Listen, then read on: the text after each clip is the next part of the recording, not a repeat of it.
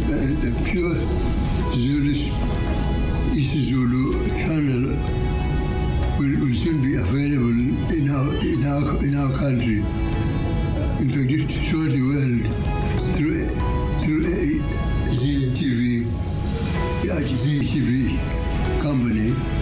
I think that this will actually be something that will be of great excitement, not just to people in politics like ourselves.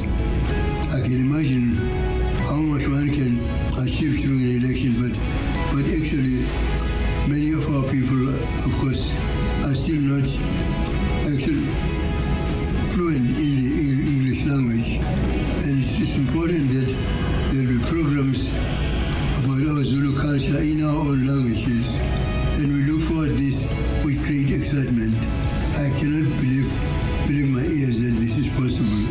I look forward to it with great interest.